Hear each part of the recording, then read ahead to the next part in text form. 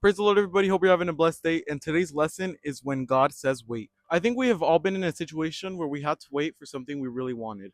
Maybe it was our birthday, Christmas morning, summer vacation, or a package to arrive. We like to get things right away, but sometimes that does not happen. Waiting can be really tough because we want answers and fast results. When things take longer than expected, it is easy to get impatient. The same thing can happen when we are talking to God. Sometimes we ask God for something, but we don't always get an answer right away. We might pray for friends, family, or a tough situation in our lives. Days go by, then weeks, then years. We might wonder during these times, God, do you hear me? Or why are you making me wait? The Bible teaches us that waiting is actually a part of following God. Many of the people God used had to go through times of waiting. Their stories often show us that waiting is not a sign that God has forgotten us. Often, God is doing some of his work while we wait. Isaiah 40:31 says, those who wait on the Lord shall renew their strength, and they shall mount up with wings like eagles. They shall run and not be weary. They shall walk and not faint.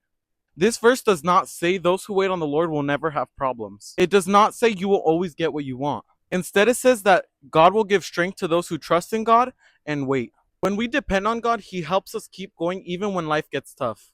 Waiting on God does not mean doing nothing. Waiting on God is trusting God, staying faithful to God, and trusting that His timing is better than ours. When we read the Bible, we can see that waiting is something that God's people experienced. God often gave promises, but those promises did not happen right away. Abraham is a good example. God promised Abraham that he would become a father of a nation. Abraham then believed God, and that promise did not happen right away. He had to wait years before he saw his promise come true. During that time, Abraham chose whether he would trust his feelings or trust his word. Joseph also had to wait. When he was young, God gave him dreams about the future. Those dreams showed that God had a plan for his life. However, before those dreams came true, Joseph had tough experiences. He was betrayed by his brothers, sold as a slave, and put in prison even though he had done nothing. It probably seemed like God's plan was not working, but little did he know God was still in control. Eventually, Joseph became a leader in Egypt and his promise was fulfilled. David also had an experience. God chose David to be a king. It did not happen right away. He spent years waiting. He faced challenges, dangers, and disappointments. So David kept on trusting God, and when the time came, God fulfilled his promise. These stories teach us a lesson. God's promises often involve waiting. Just because God has not answered yet doesn't mean he has said no. One reason why God allows waiting is because he wants our faith to grow. Faith means trusting God even when we cannot see what he's doing.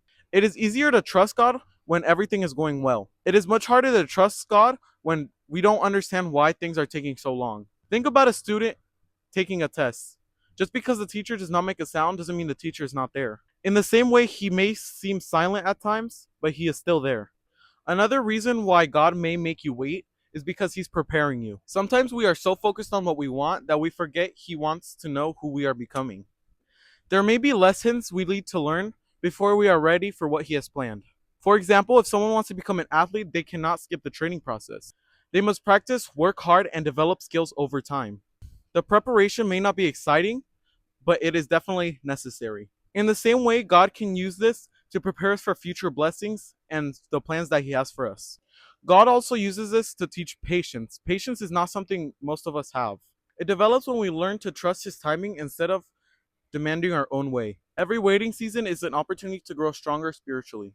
One of the things about waiting is that we cannot usually see what God is doing. We often look at our situation and think nothing is happening, but God often works in ways that are invisible to us. Imagine planting a seed in the ground. After you plant it, you do not see results. Day after day, the soil looks the same. It might seem like nothing is happening. However, beneath the surface, roots are growing. The seed is developing exactly as it should. Eventually, the growth becomes visible. Our lives are often like that seed. We cannot see him working, but he is working beneath the surface. He may be preparing opportunities, changing circumstances, teaching us lessons, or working in the lives of other people. Even if we cannot see him, he is active. The Bible teaches us that waiting is not giving up. Instead, waiting should lead us closer to God. First, we should keep praying. Sometimes people stop praying because they feel discouraged. They feel that God is not listening. God hears every prayer, even when the answer has not come yet. We should continue praying and trusting in him.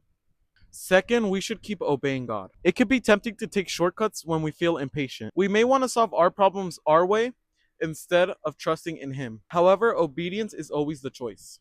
When we do not understand God's timing, we can trust his wisdom. Third, we should keep serving Him.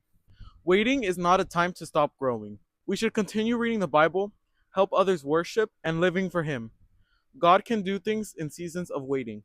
Finally, we should keep trusting God. Trusting is knowing that God knows what He is doing, even when we may not understand it. It means believing His timing is perfect. Think about something you are waiting for now.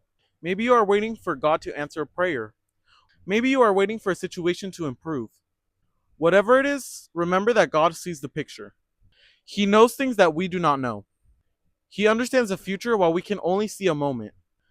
Because of that, we can trust Him. So when God says wait, He is not asking us to stop believing. He is asking us to trust Him deeply. As we wait, we can have confidence that He is faithful, He is good, and He is always doing something behind the scenes.